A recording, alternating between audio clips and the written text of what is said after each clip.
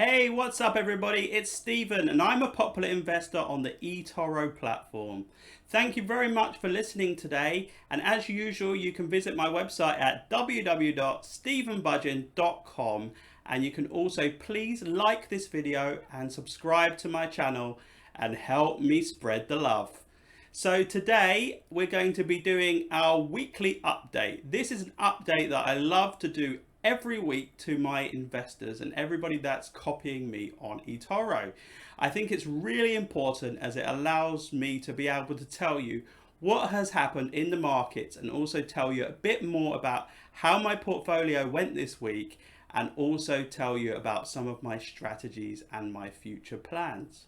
So without further ado, our last week actually went really well, both for the stock markets and for crypto, and also for our portfolio as a whole. So last week, the major indexes did very well. So the Nasdaq was up about 2.6%, and the S&P 500 was up 2%. Overall, our portfolio beat the indices this week and was actually up over 3.5% as of yesterday on Sunday. Today, the crypto markets have gone further up, but I haven't included those in last week's results. So what happened in the markets last week? There were some really interesting things that happened. So for example, the indexes were up, but overall technology stocks fared a lot better than value stocks. We also saw some weakness in oil and gas markets, and that was because the OPEC Council, which is a council of oil producing nations, actually agreed to increase the oil output, which had a bit of a lagging effect on the oil companies. Also, housing also did very well, and there was also some key figures released in the US to say that housing prices had continued to go up. So this was very good for housing stocks as a whole. It was a bit of a roller coaster journey this week, and it actually started off really badly in the markets. On Monday, stocks really took a dive, and the main reason behind this was to do with COVID fears of infection rates going up with the Delta variant. However, as the week progressed, it became apparent from some data that it was less and less likely that the US would go into any further lockdowns or COVID restrictions, which really helped buoy the stock market. We also saw some really good corporate earning results this week, and on Wednesday we saw great results from Johnson & Johnson as well as Coca-Cola, who both beat their earnings. On Friday we saw great results as well from Twitter and from Snapchat, and this really starts to show that we're seeing some real robustness in the economy and these companies are starting to grow. So it's really good signs for the upcoming quarter. This really helped to drive markets at the end of last week. Over to Europe now. Last week the major indexes also did quite well, and one of the major reasons was the reduction of restrictions for some European countries, and one of those countries was the UK. As many of you will know, the UK is suffering quite a lot from the Delta variant and actually saw cases increase over 40% last week. However, the restrictions have been lifted, and a lot of the reason to do with this is because the vaccination program is doing quite well, and the UK have managed to vaccinate a large percentage of the population. However, there's been a few issues in the UK because the UK have introduced a new app which pings people and has actually been labelled the 𝗃𝗶𝗀𝗃𝗀𝗀. Because what happens is if someone has been in close contact with someone that may have COVID-19, then they get pinged and they're forced to undertake a duration of quarantine. And this actually happened recently to Boris Johnson, who's currently in quarantine at the moment. However, this is causing a few issues in the economy because every time someone gets pinged, they are forced to stay at home. And in sectors such as the service sector and hospitality, it's required that people be outside and they can't work from home. So this is also causing some temporary job issues, as well as issues to companies that operate in these sectors. We also saw some interesting data from Europe and from the UK, which showed the strength of the manufacturing and the service industry. And this is measured by something called PMI. In Europe, the results were actually really high. And one of the reasons is the service sector continues to go from strength to strength as the restrictions of COVID have started to be lifted, even though manufacturing was quite a little bit lower than had been expected. However, in the UK, it was quite the opposite. The UK, as I mentioned just a moment ago, is having issues with having to quarantine certain people that have been around others that have COVID-19. This has meant that there's been a shortage in the labour market, and this is affecting the service sector slightly. So the PMI level for the UK was lower than had been expected. Over to China now. So they had a mixed week last week. So overall, the technology stocks were generally down for the week.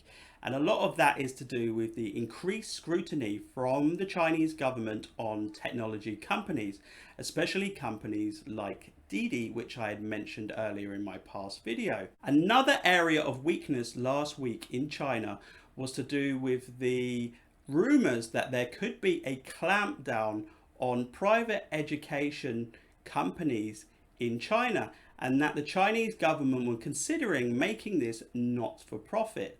There had been a lot of heat over the last year or two surrounding these types of education companies in China, that they were inflating the fees in terms of education for students, as well as some shady accounting practices, and also faking their student numbers to satisfy the metrics for investors. This caused some of the Chinese private education companies to really plunge this week, such as Tao Education. So this is an area that I'm not particularly bullish on at the moment, and I think that the Chinese are going to continue to crack down on this area and make education more accessible for everybody in China. China also agreed last week to keep loan rates unchanged for maturities that matured within 1 to 5 years. And the reason why they have done this is because they want to keep funds accessible to Chinese state companies as well as the everyday consumer. However, what they are trying to crack down on is the types of companies that want to get a lot of leverage. So this is particularly prevalent in the housing sector. And the Chinese government have been trying to take some of the heat out of the Chinese market as prices have really skyrocketed over the last couple of years. So just for example, house prices have increased over 38% from 2019 to present day. So you can really see why the Chinese government are trying to do something to control and make houses affordable for everyday people in China. There's also some major flooding in China last week in cities such as Zhengzhou. Zhengzhou actually had more rainfall in one day than it had previously in the whole of 2020 combined. This really shows the scale of the storms that they had in China. And it is actually expected that over the years that China is going to be more and more affected by climate change. It was released back in May that China was going to allow normal citizens to have 3 children. This is known as the third child policy. Previously, it had only been allowed for Chinese citizens to have 2 children. Further details of this new policy were actually released this week. And actually China plans to scrap the social maintenance fees that they had in place, while also giving more support to Chinese families who have 3 children and helping them with childcare and also helping them with some educational fees. Now we move on to our top 3 performing stocks of last week. In number 1 was a company called Magnite, which was up about 13% for the week.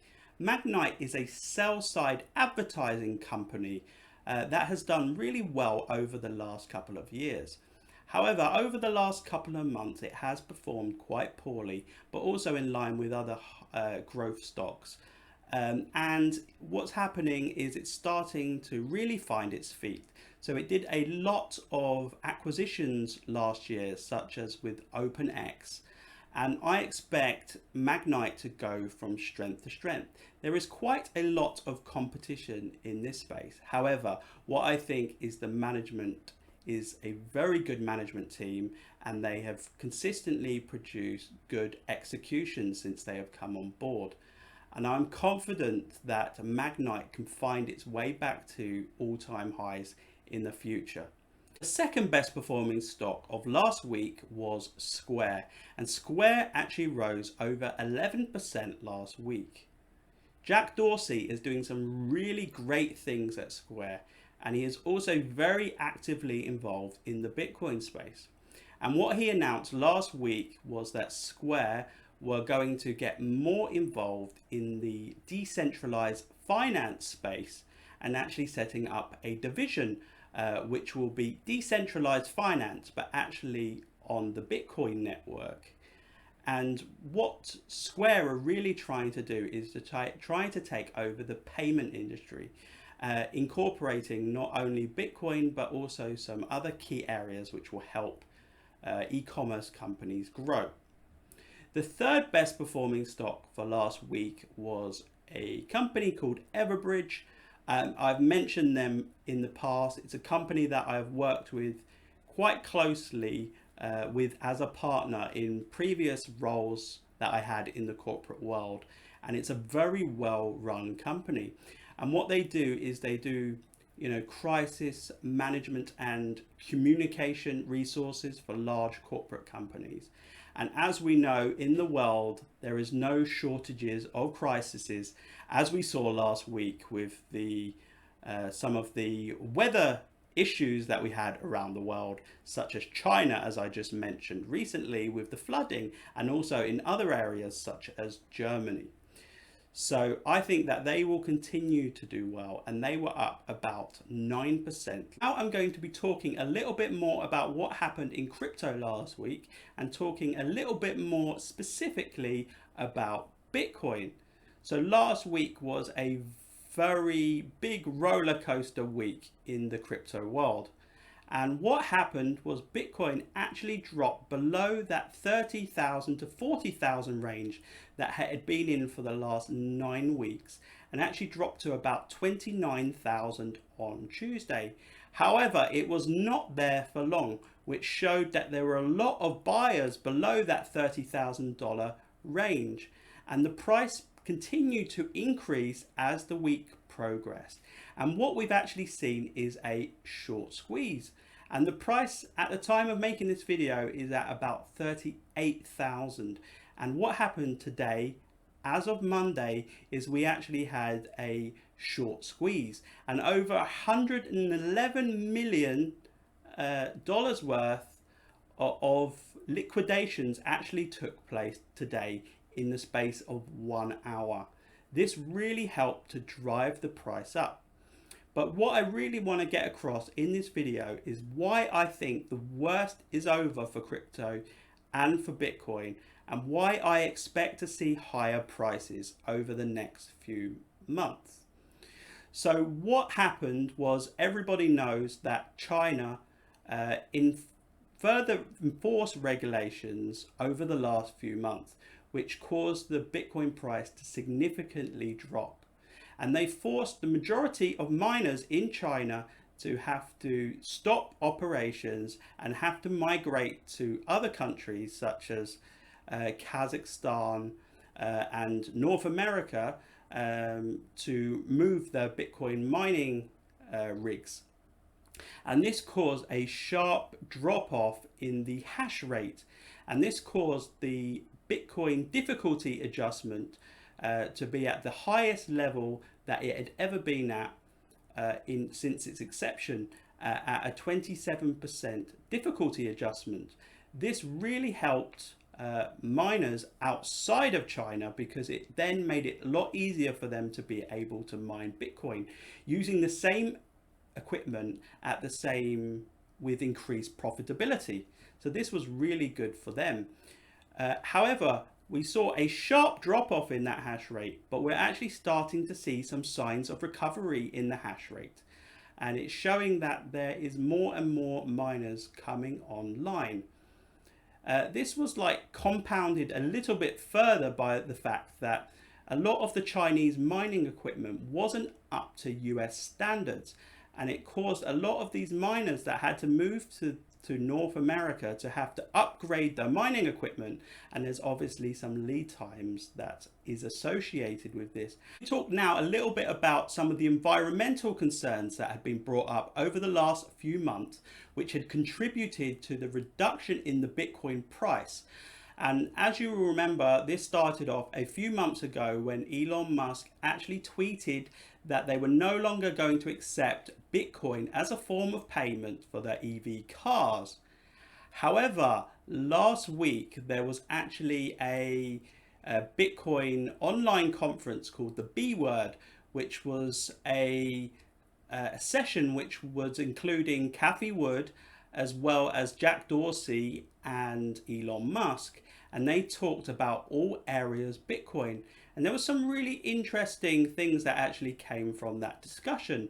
And one of them was the fact that Elon Musk said that all of his companies actually owned some Bitcoin in their treasury reserve, as well as the fact that he personally owned Bitcoin, Ethereum, and Dogecoin.